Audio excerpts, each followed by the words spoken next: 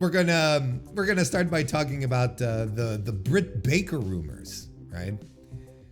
She well, this all bubbled to the surface this weekend when Wade Keller hopped on his one of his podcasts. I can't remember exactly which one, but he got onto the torch and he started podcasting and started talking about stuff that he heard regarding Britt Baker's current spot in AEW. Let's read the full quotes for full context, okay? Because I did see, some aggregators do a little bit of what do you call it? A shit job putting forward what our boy Wade Keller here was saying. Let's get to it.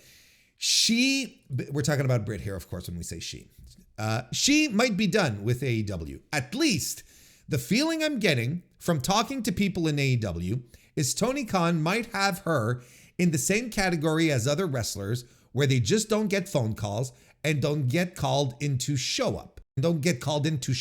Why can't I read sentences properly? There is a lot of frustration with her.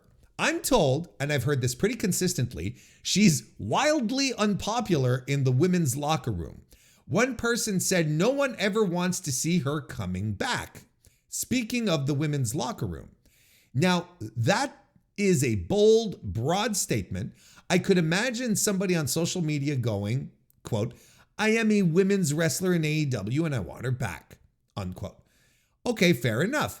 But I'm just telling you, somebody's perception is nobody wants her back.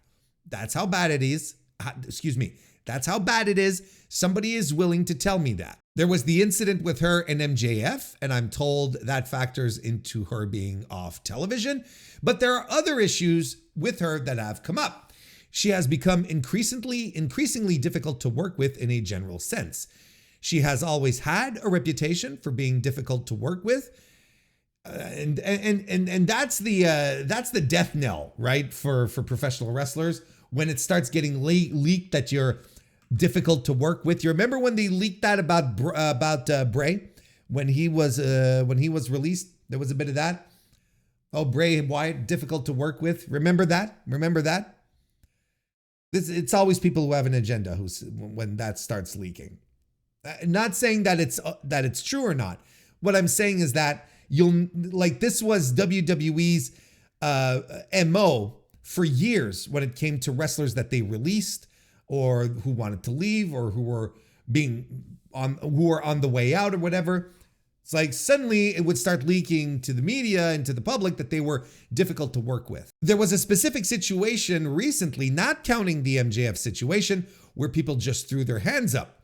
It wasn't like a huge deal, but it was enough to sort of be the straw that broke the camel's back in terms of just feeling like, you know what?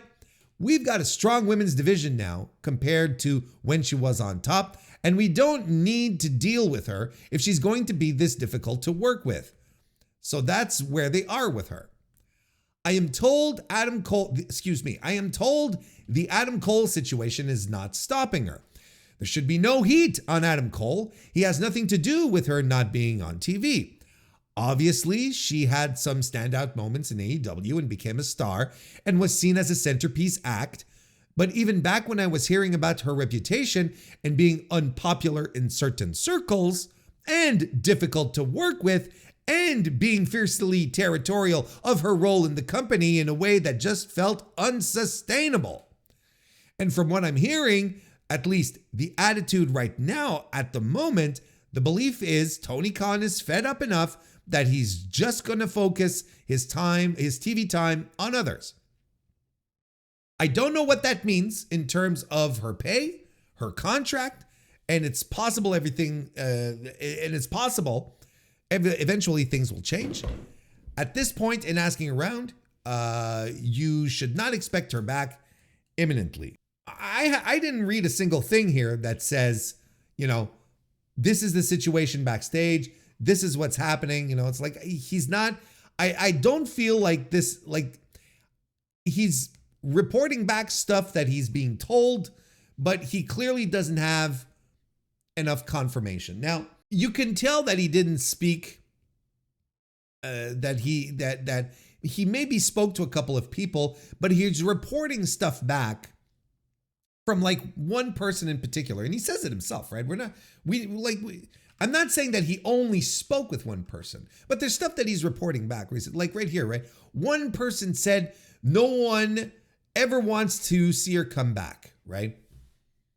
Which is a line that has been picked up by aggregators and people have been leaning on to that. It's like the locker room hates her. But if this is like one person who could have an agenda on Britt Baker, right? Who could absolutely have an agenda with Britt, or, is just,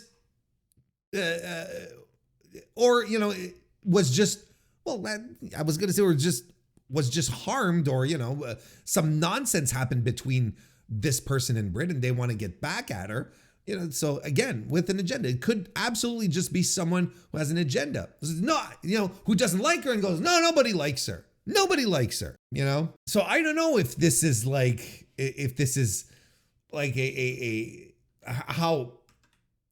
how much stock we should be putting into this. How about that? I don't know how credible all of this is. And I'm not, not trying to cast shade, but I think that a lot of people put a lot of stock in a lot of quotes here. Even despite me going, well, a lot of things that are being said here add up to stuff that I've heard. But again, like for me, it's like second, third hand. It's nonetheless people, when this stuff gets discussed that I trust. I don't think they'd put it out there in certain haunts just for the hell of it. I think I think that there's maybe some there's probably a kernel of truth in here, as the expression goes, right? Where there's smoke, there's fire, and I think there's enough smoke to warrant some stuff. But the fact that she's being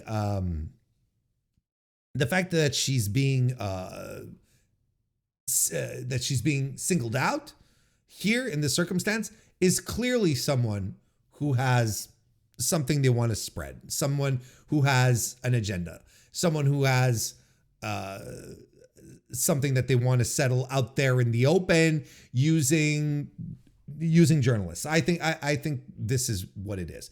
Even though there's a lot of stuff that's said here that has been going around for a bit, in regards to Britt's attitude backstage. And yes, she is fiercely territorial of her spot in the company, just like most pro wrestlers in top spots are. Again, this is not like, this is not new to me. It's not news to me. It's not stuff where I'm like, oh my God, really?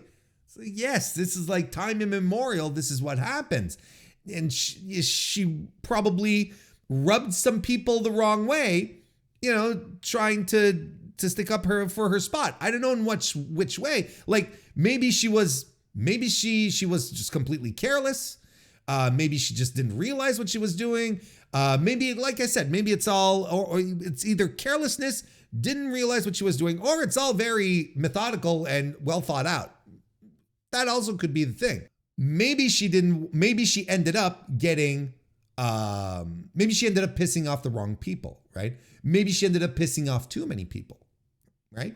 These are two extremely likely scenarios where she's like, well, turns out most of the locker room doesn't like her. There's been rumors going around that Jamie Hayter doesn't want to work with her anymore, despite them being an act, a very successful act for a while. There's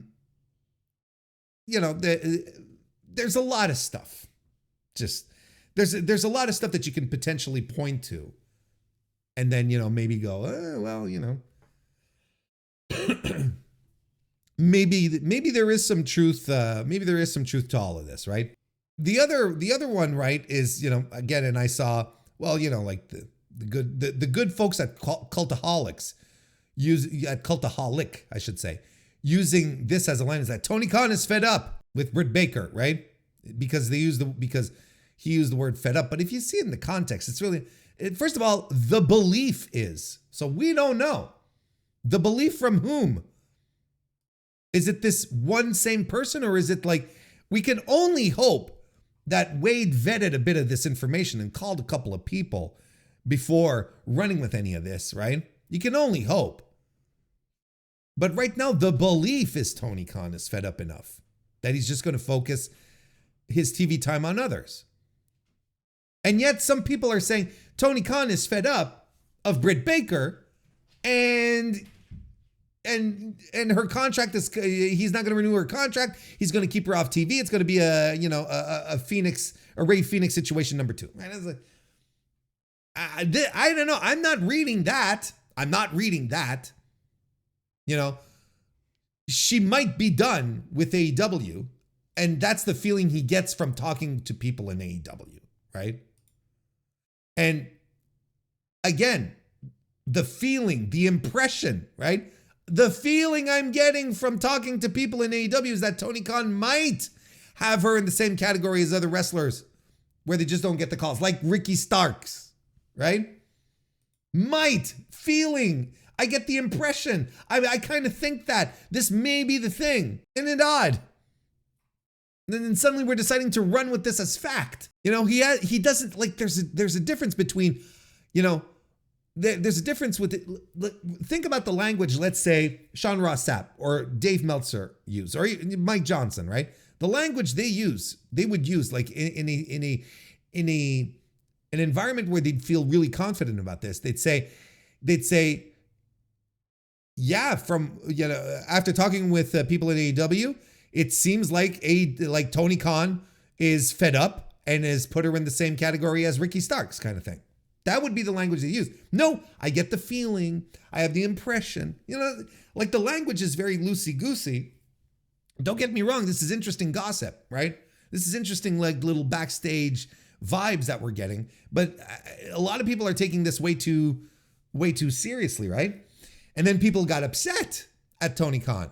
It's like, oh, he's going to do the same thing to her as Ray Phoenix and Tony Starks. And that's not Ricky Starks. Tony Stark, he'd fly in there with his suit, with his power suit, and he'd do the blast thing and go pew, pew, pew, pew. But so they're like, oh, it's like, what a shit thing to do, so on and so forth, right? And then I sort of scratch my head when I read these things, right? And I don't want to come across as a Tony Khan defender, but what is it going to take for people to be happy with how Tony Khan deals with difficult situations in his locker room? Because on one hand, he's too soft, but on the other hand, he's too hard. But we can't seem to get any kind of consensus. It's like most of the time, it's like, Tony's too likable. He doesn't like to ruffle feathers. He tries to avoid confrontation. He doesn't like to do bad things. And yet, he's putting his foot down with the Ray Phoenix situation, whether you agree with it or not. That's an entirely different type of conversation.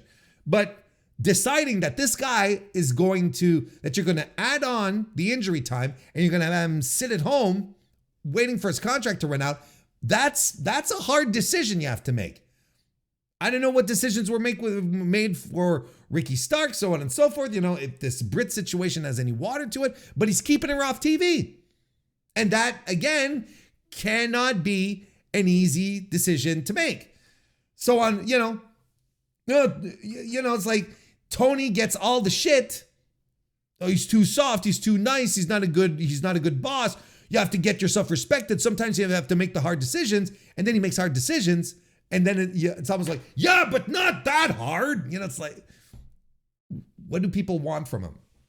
I would, legitimately, I would not want to be in Tony Khan's shoe. I would not want to be in Tony Khan's shoes. The next thing, right, that we should pull up here, which is important, just to continue down this path here, was Bryan Alvarez earlier today I believe he took to Twitter, which by the way, I will be officially deactivating my account today. Just in case you're following me on Twitter, and you're behind the little locked thing, because I privated my account, even though I only go on when I want to check out links, so on and so forth. But I think I will be officially deactivating my account. So if you're following me there, I suggest you follow me on Blue Sky instead at MrWarrenHayes.show or the Mr. Warren Hayes Show Discord. Link is in the description. And I answer a lot of DMs.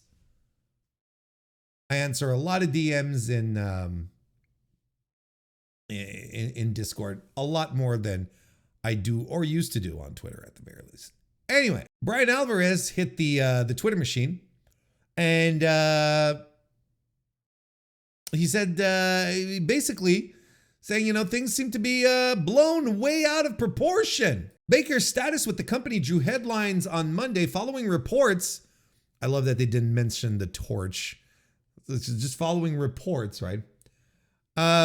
Baker's status with the company drew headlines on Monday following reports that she is quote unquote wildly unpopular, which could turn into a term we use here on stream quite a bit. Just like piss pot, right? We got to use piss pot. That's the official insult of the Mr. Warren Hayes Show. Wildly unpopular is also a good one. I feel like we should lean into that one a little bit too. I'm going to get through this reading here. Baker's status with the company drew headlines on Monday following reports that she is wildly unpopular in the AEW women's locker room and that Tony Khan may no longer be booking for her due to being fed up with her. Alvarez wrote to his subscribers on X. Oh, yes, getting some of them Elon pennies. From talking to multiple people within AEW, this is the quote, by the way, from Alvarez. From talking to multiple people within AEW, the Britt Baker stories all over the internet today appear to be blown way out of proportion. She's not being used, and there don't appear to be any imminent plans, but there's nothing to her being finished with the company. There you go. So, conflicting reports, button heads going ram. Who's right? Who's wrong? This is the kind of thing that we'll only know like in years from now. We're only going to know this in years from now. A long time from now. And then, one of these, either Wade or Brian are going to be like, they're going to pat themselves on the back for it. Baker's last match was a win over Penelope Ford on the November 13, 2024 edition of AEW Dynamite. Following the bout, Serena Deeb walked out on stage, and it appeared an angle was building between the two. Baker was heard saying, "Nobody cares," as the segment came to an end, and Deeb wore a t-shirt with "Nobody Cares" written on it to the ring for her match on the December 7 AEW Collision. However, neither Deeb nor Baker have wrestled in AEW since then. Well. So, there you go. Alvarez pointing out straight out, it might not be. We might be over representing here. Might be going a little far. I don't think it's actually as bad as everyone is making it out to be, which is a lot of the aggregators. A lot of this stuff, because I think if you read Wade's thoughts on the situation, let's call it the reporting, right? It's a report. Like nothing comes across as factual. Everything comes across as vibes. It's just like, is it, again, you can question whether it's a responsible thing to do or not. Because, it feels like someone has an agenda, has an axe to grind with Britt, and it feels like Wade is sort of being used in that circumstance, right? And you'd think that Wade at this point in his career would know better than to just be a pawn in some kind of little game here with a pro wrestler or some pro wrestlers that are trying to get at each other and sway fans' opinions and whatnot. So, I get it. I understand it. But I think, like, once again, like, the aggregation got a little out of control, especially by saying, Tony Khan is fed up. Well, that's not what Wade said. And I don't know if I don't know if anyone truly learned anything about Britt's attitude backstage. Because I feel it's been like something that circulates that just, oh, well, I heard she's bad news backstage. I hear she's, and it stems all the way back to the Thunder Rosa stuff, right? Like, we're talking years of this. This is like, I don't know. Maybe it's just people forgot about it. Do we want to speculate? Do we want to say, like, should she leave? Should she go? Should we, look, I'll try to be as concise in my thoughts as possible on this. I think that the women's division is no longer in great need of Britt Baker. I'm not saying that Britt is completely useless. She is not. But I think there was a time that the women's division really, that she carried it on her shoulders and that it really leaned into her. And I don't think this is necessarily the case anymore. I think that if there's I believe there is one cornerstone of that division, and that's Toni Storm. I think the torch has been clearly passed in that circumstance. And Toni truly is like I think at the very least in Tony Khan's mind, Toni is the face of the women's division. Now, is this good enough for someone like Britt, who feels like the division is hers, like it's her territory at the very least, and that she was once at the top of it? Is that good enough for her? Does she feel comfortable in a spot where she's like, well, I don't need to be in the top spots, right? I don't need to be, they can do whatever they want with me. Maybe that's not good enough for her. Maybe she wants to jockey back for her big spots, right? But I'm going to tell you, between you and me, I think there's a lot of terrain that needs to be covered with her if she ever did decide to come back and want to find her spot again. I think she'd have to cover a lot of ground, because the match that she had with Monet at All In was not very good. And with the run Monet has been on over the course of the fall, it's hard to point to point at that match and say, oh yeah, Mercedes, she's washed, and Baker, she's washed too. It's like, not what the run Monet is having. If Monet truly did stink now, she wouldn't have had the fall that she had, where she's just having week after week, match after match, just incredible banger, one after the other. So, I think Britt has a lot of catching up to do. I think she has a lot to she has a lot to prove once again, unfortunately, because the division is kind of moving forward, whether she's there or not. It's not stalled. I think it's at an all-time high as far as quality of talent, caliber of talent between Mercedes Moné and Willow and Statlander and Storm and Hayter and Yuka, of course. We can't forget that. We got to beat the allegations. It's it's hard it's hard to say, yeah, the division is in absolute need, right? And yeah, they just added Megan Bain, who will likely be a very good addition, and Mariah May's not, Mariah May's pretty good. Like, we're not in a dire need for Britt Baker anymore. So the question does ask, you wonder, should she stick around? Does she need to stick around?